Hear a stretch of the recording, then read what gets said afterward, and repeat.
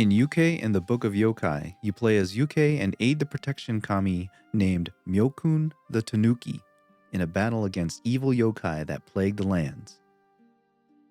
You traverse these lands by navigating encounters with varying characters from Japanese mythology, while sometimes coming across a helpful spirit that will aid you in your journey by healing you, offering gifts, or trading gold coins for items. At its core, UK plays like a roguelike deck-building game with turn-based combat.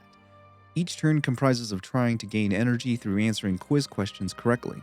Remember how this is a language learning game. And then spend that energy to play offensive and defensive-based cards.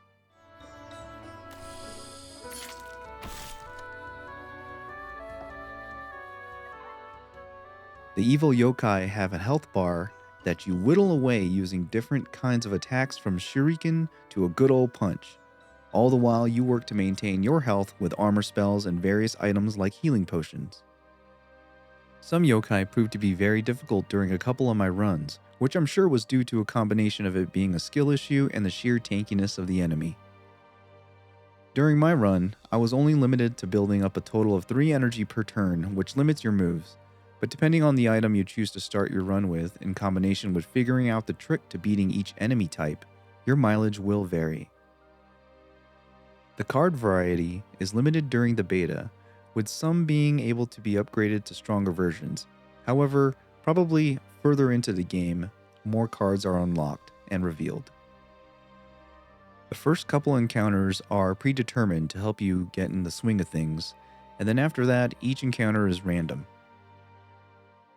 The neat thing about Yuke is that you can customize each run by selecting what type of quizzes you'll be faced with. From hiragana, kanji, to grammar and Japanese vocabulary, you tailor your experience in how you want to take the time reinforcing your language knowledge. Customization is skill locked in a way. You start off with hiragana unlocked, but you'll have to answer a certain number of questions before you can unlock the next topic or area of study. You gotta learn how to crawl before you can walk. Now, I took a semester of Japanese back in college as an elective and enjoyed the little bit that I learned. Fast forward to today, and I've been learning Japanese again mostly for the challenge and just trying to learn a new skill. A bit of personal development. It has nothing to do with my subscription to Crunchyroll, I swear. And for the last year or so, I've been training every day with bite-sized lessons from a popular online language learning mobile app. While this approach is more like sitting in a classroom, playing a video game while learning is like recess. Both experiences complement each other, and because the latter gamifies the learning experience, it allows you to practice what you learned in satisfying and rewarding ways. During the writing of this preview, the game was still in beta and the developer has been very active on their Discord with taking in feedback and bug reports. Yuke has the framework to be an engaging Japanese language learning roguelike game that complements the more traditional approaches to language learning. The challenge is twofold. Depending on your skill level with Japanese, the multiple choice quizzes may be the hardest part of the game. But then you always have to use a bit of strategy on overcoming the random encounters. If you're bad in one aspect, it will hinder progress in the other.